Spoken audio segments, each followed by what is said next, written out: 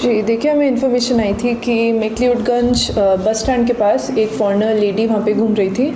तो फिर जब पुलिस द्वारा उनका पासपोर्ट और वीज़ा मांगा गया, जो कि स्टैंडर्ड प्रैक्टिस है, हम पासपोर्ट और वीज़ा चेक करते हैं फॉरेन नेशनल्स का। तो उनके पास उन्होंने बताया कि उनके पास ये नहीं है, ना ही पासपोर्ट ना ही वीज़ा, और उन्होंने अपने फ़ोन में पासपोर्ट की फ़ोटो दिखाई। उसमें पाया गया कि उनका पासपोर्ट 21 में ही एक्सपायर हो चुका था। तो उसके बाद हमने कानूनी प्रक्रिया चालू कर दी है और फॉरेनर्स एक्ट के अंतर्गत उनके अगेंस्ट एक मुकदमा दर्ज किया गया है। ये केन्या की निवासी हैं। इनका नाम ग्रेस नड्या है और बाकी अभी हम इन्वेस्टिगेशन कर रहे हैं, इसमें इनका इंटरोगेशन बाकी है। कि जितना अभी तक हमें इन्फॉर्मेशन है अभी तक यही है कि ये घूमने आए थे और इससे पहले ये शायद मनाली भी थे। इसके अलावा देखिए हम पुलिस निरंतर ऐसे चेक करती रहती है कि फॉरेन नेशनल्स जो अभी इंडिया में हैं उनके पास वैलिड पासपोर्ट और वीज़ा है या नहीं। तो 2024 पिछले साल से लेकर अब तक हम 7 लोगों को डिपोर्ट कर चुके हैं, जिसमें एक ताइवान, 3 रशिया और 3 किर्गिस्तान के निवासी थे। बाकी अभी प्रेजेंट केस है, इसमें अभी इंटरोगेशन और अभी बाकी प्रक्रिया कानूनी अभी बाकी है।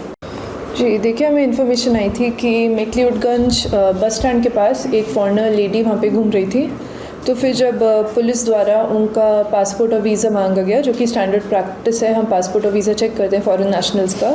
तो उनके पास उन्होंने बताया कि उनके पास ये नहीं है, ना ही पासपोर्ट ना ही वीज़ा, और उन्होंने अपने फ़ोन में पासपोर्ट की फ़ोटो दिखाई। उसमें पाया गया कि उनका पासपोर्ट 21 में ही एक्सपायर हो चुका था। तो उसके बाद हमने कानूनी प्रक्रिया चालू कर दी है और फॉरेनर्स एक्ट के अंतर्गत उनके अगेंस्ट एक मुकदमा दर्ज किया गया है। ये केन्या की निवासी हैं। इनका नाम ग्रेस नड्या है और बाकी अभी हम इन्वेस्टिगेशन कर रहे हैं, इसमें इनका इंटरोगेशन बाकी है। कि जितना अभी तक हमें इन्फॉर्मेशन है अभी तक यही है कि ये घूमने आए थे और इससे पहले ये शायद मनाली भी थे।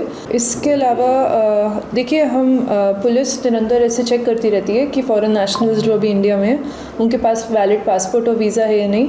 तो 2024 पिछले साल से लेकर अब तक हम 7 लोगों को डिपोर्ट कर चुके हैं, जिसमें एक ताइवान, 3 रशिया और 3 किर्गिस्तान के निवासी थे।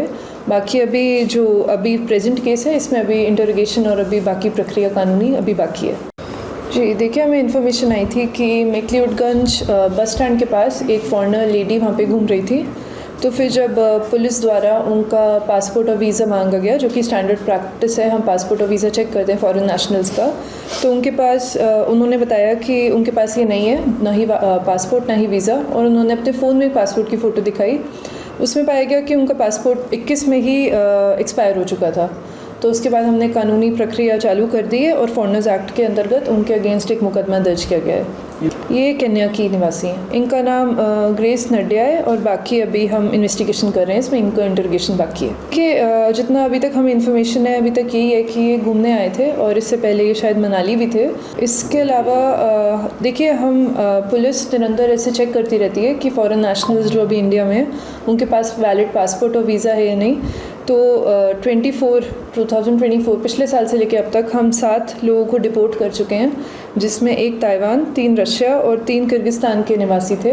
बाकी अभी प्रेजेंट केस है, इसमें अभी इंटरोगेशन और अभी बाकी प्रक्रिया कानूनी अभी बाकी है।